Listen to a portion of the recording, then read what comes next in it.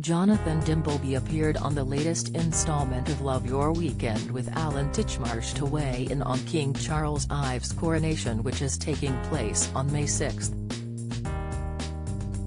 Discussing the late Queen's death, Jonathan shared, "He always knew the role would be different. His views haven't changed, his beliefs have not changed, and his passions are not any different. People thought he was hungry to be king, but he wanted his mother to have a long life. Partly because it was his mother and partly because he was fulfilling a useful role as the Prince of Wales. I think what's happened is the transition has happened seamlessly and, very importantly, his address to the nation was a moment where you could have not been touched by what he said." However, Jonathan shared, "He is different from his mother, has a very different person, but he is steeped in that tradition and he believes in that tradition." A celebrity bombshell as two stars dumped in brutal twist. The journalist admitted he did not believe people will be in awe in quite the same way as they were with the late Queen. "Prime ministers won't quake in the same way," he insisted. "But if prime ministers don't use those audiences to listen to what he has to say, and I am quite confident he will be in the framework of the rules willing to say, they will be missing a trick." The Queen was on the throne for 70 years after becoming the nation's monarch at the tender age of 25 years old. Her coronation was held in Westminster Abbey, as will her sons, and more than 8,000 guests attended the spectacle.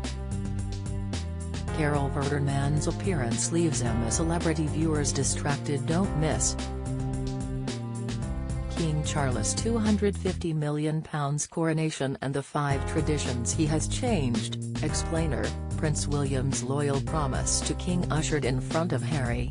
Insight, Queen's beloved former dresser gifted new home by the King. Latest, the 1953 coronation was the first ever to be televised and the groundbreaking event was watched by 27 million people in the UK alone as well as millions more from across the globe.